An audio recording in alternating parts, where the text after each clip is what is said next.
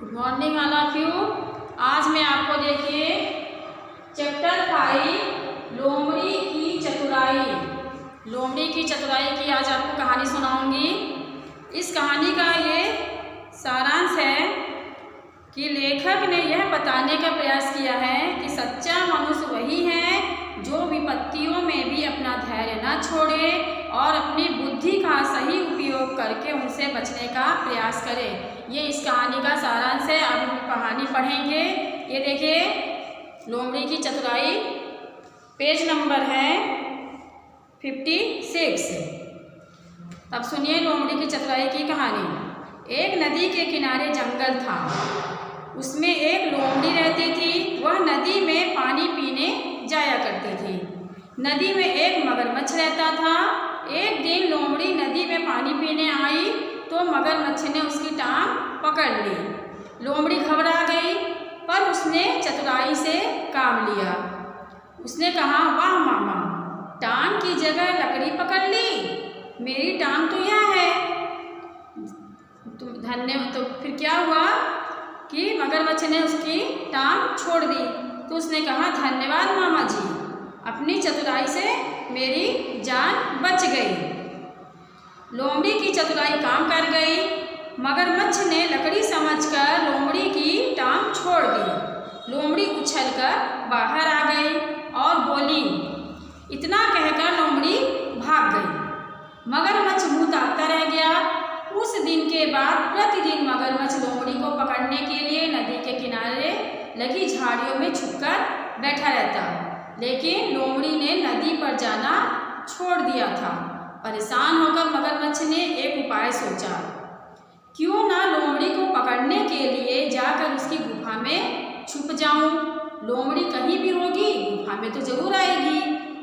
अब गुफा में जब लोमड़ी आती है तो उसको क्या दिखाई देता है, गुफा के आगे कुछ पैरों के निशान दिखाई देते हैं। तब लोमड़ी की समझ में आता है, वो सोचती है गुफा में जरूर कोई छिपा है, चालाकी से काम लेना चाहिए। यही सोचकर मगरमच्छ लोमड़ी की गुफा में जाकर छिप गया। शाम को लोमड़ी आई तो उसे गुफा की ओर जाते हुए रास्ते में किसी के पंजों के निशान दिखाई दिए। लोमड़ी गुफा के मुंह पर आकर रुक गई और वहाँ पर कहने लगी, मैं आ गई गुफा। मैं बहुत देर से बाहर खड़ी हूँ, मुझे रोज की तरह बुलाती क्यों नहीं हो? तुम मुझे आ जाओ बेटी कहकर बुलाओगी तभी मैं आ जाऊंगी। मतलब ये लोमड़ी ने चालाकी दिखाई। उसको तो पता चल गया था कि गुफा के अंदर मगरमच्छ छिपा है। उसने ऐसा कहा जिससे मगरमच्छ बोले, उसको पता चल जाए कि मगरमच्छ इसके अंदर है। जोर से वो बोलने लगी तो लोमड़ी की यह चतुराई भी काम कर गई। मगरमच्छ ने प्यार से कहा, आ जा बेटी। तब लोमड़ी ने कहा, आहा मामा जी, तो गुफा में आप हैं, अब आप ही गुफा में आराम कीजिए, मैं कहीं और जाकर सो जाऊंगी। ये तो रही है कहानी लोमड़ी की चतुराई। उसने अपने चतुराई से अपनी मगरमच्छ से जान बचाई।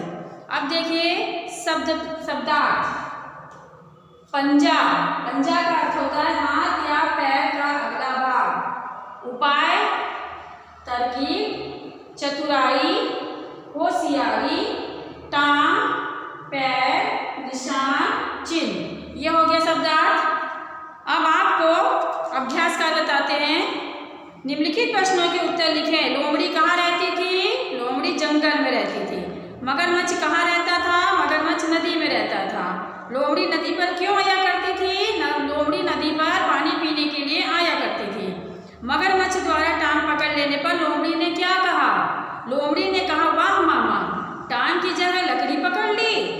लोमड़ी को कैसे पता चला कि गुफा में कोई छिपा है? तो लोमड़ी को मगरमच्छ के पंजों के निशान से पता चला कि गुफा में कोई छिपा है। किसने किससे कहा? वाह मामा, टांग की जगह लकड़ी पकड़ ली, मेरी टांग तो यह है। वो लोमड़ी ने मगरमच्छ से कहा। गुफा, मैं बहुत देर से बाहर खड़ी हूँ, मुझे बुलाती क्यों नहीं? किसने? लोमड़ी ने गुफा से कहा। उचित शब्द चुनकर खाली स्थान भरें। यहाँ पर खाली स्थान दिया गया है, उसको आपको यहाँ शब्द दिए गए हैं उसको तो भरना है। नदी में एक रहता था, कौन रहता था? मगरमच्छ, तो आप मगरमच्छ भरेंगे। लोमड़ी की खालिस्तान काम कर गई, चतुराई काम कर गई। मगरमच्छ की गुफा में जाकर छिप गया, मगरमच्छ लोमड़ी की गुफा में जाकर छिप गया। लोमड़ी ने खाली स्थान पर जाना छोड़ दिया, नदी पर जाना छोड़ दिया। यहाँ पर नदी, पहले मगरमच्छ आएगा, दूसरे में चतुराई, तीसरे में लोमड़ी और चौथे में नदी। अब दिया है किसी व्यक्ति, स्थान, वस्तु के नाम को संज्ञा कहते हैं। जैसे राम खाना खा रहा है, तो राम खाना खा रहा है, राम क्या हो गया? संज्ञा। यह तस्वीर बहुत सुंदर है, तो तस्वीर हो गई संज्ञा। दिल्ली बहुत दूर है, तो दिल्ली हो गई संज्ञा। फिर निम्नलिखित वाक्यों में संज्ञा रेखांकित करो।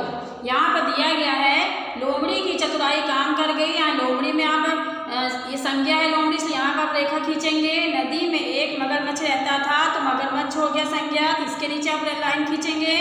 वे दोनों चित्रा नदी के तट पर रहते थे, तो चित्रा हो गई संज्ञा, तो यहाँ पर आप रेखा करेंगे।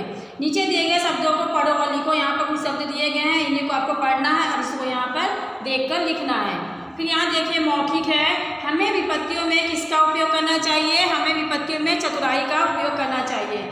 हमें सदैव किससे काम लेना चाहिए? हमें सदैव बुद्धि से काम लेना चाहिए।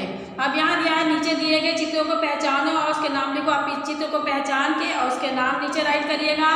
ये आपको लोमड़ी की चतुराई वाली कहानी समझ में आ गई। इसको आप घर में पढ़िएंगे और इसके क्वेश्चन प्रश्न उत्तर को आप अपने बुक में और कॉपी में राइट करेंगे। Thank you.